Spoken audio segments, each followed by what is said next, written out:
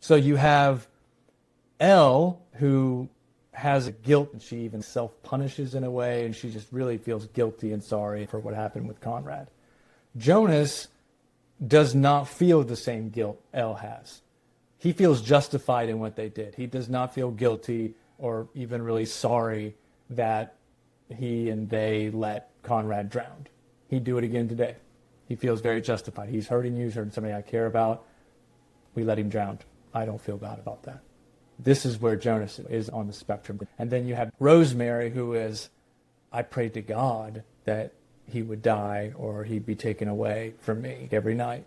And I really should be thanking you for taking him away and for him dying. I'm so relieved and satisfied that Conrad is dead.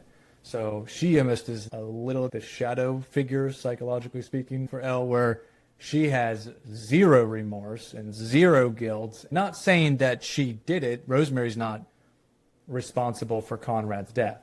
So there's a difference there. I want to be clear on that. But it's that Rosemary's take on it is he was harming, assaulting, damaging to me, and I'm happy he's dead. The point is like that this opens a floodgate inside of Elle where she can bulldoze through that guilt and not feel so guilty. Is she still sorry for what happened? Yes, this is Elle and her own emotional alchemy. But the guilt, the obstacle, and the rock and the bag of rocks that she's carrying, she's setting that stuff down. The protein of the scene is that Rosemary was also having the abuse that Elle was experiencing. So there's this feeling that she's not alone in this. Then Rosemary's satisfaction and Conrad dying. This is what opens the floodgates a bit more for Elle to burst through this wall, this obstacle, this boulder that she's been carrying inside concerning Conrad.